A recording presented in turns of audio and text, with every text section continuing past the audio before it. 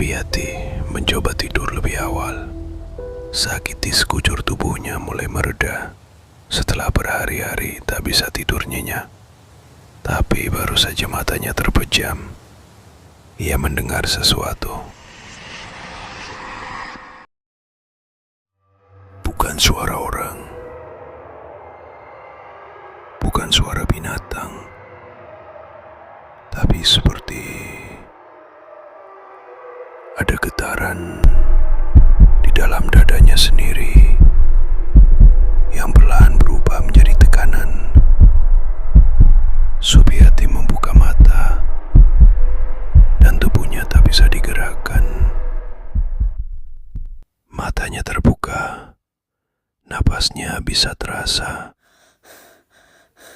tapi semua anggota tubuh lain terkunci. Saat itulah luka-luka di punggungnya yang mulai mengering, terasa perih kembali, seolah-olah seperti ada yang mencakarnya. Tak ada yang menyentuh, tak ada benda yang jatuh, tapi seperti ada sesuatu yang bergerak di sekitarnya. Tak terlihat, tapi terasa. Tirai jendela bergeser pelan, padahal jendela terkunci. Udara di dalam kamar terasa dingin, bukan karena angin, tapi karena suasana. Supiati mendengar sesuatu dari dalam lemari. Bunyi ketukan lembut 3 kali, lalu sunyi. Napasnya mulai memburu. Ia berusaha membaca doa dalam hati, tapi lidahnya keluh seolah tak diizinkan. Dalam ketegangan itu, ia melihat bayangannya sendiri di cermin. Tapi ada yang aneh, wajah di cermin menatapnya balik dengan ekspresi yang tidak sama seperti dirinya. Tangisnya pecah, tapi hanya dalam hati. Tak ada suara yang keluar. Yang tersisa hanyalah ketakutan yang menusuk dari dalam. Tiba-tiba, lantai kamar terasa berat, seolah ada benda logam kecil, entah paku, entah besi, yang muncul dari celah-celah lantai. Tapi saat ia menoleh pelan ke bawah, tak terlihat apapun.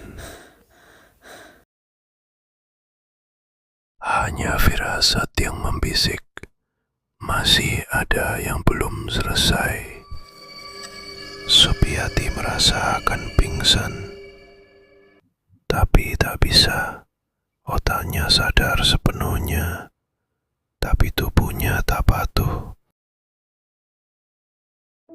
Sampai akhirnya suasana berubah. Ia tak lagi merasa takut, entah karena putus asa atau karena ia merasa ada yang datang. Bukan seseorang, tapi seperti cahaya hangat yang menyentuh dada, tanpa bentuk, tanpa suara. Dalam sekejap, tubuhnya kembali bisa digerakkan, dan air mata yang sedari tadi tertahan mengalir deras. Malam itu, Supiati hanya bisa duduk di pojok ranjang, menatap gelap, bertanya dalam hati, kenapa tubuh ini? Kenapa aku?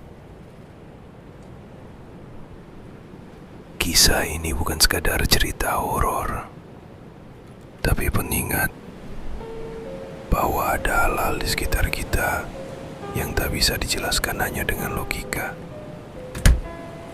Jika kamu percaya bahwa dunia ini menyimpan lebih banyak rahasia daripada yang tampak di mata, klik subscribe dan bantu kami menyebarkan kisah-kisah nyata yang menggugah nurani.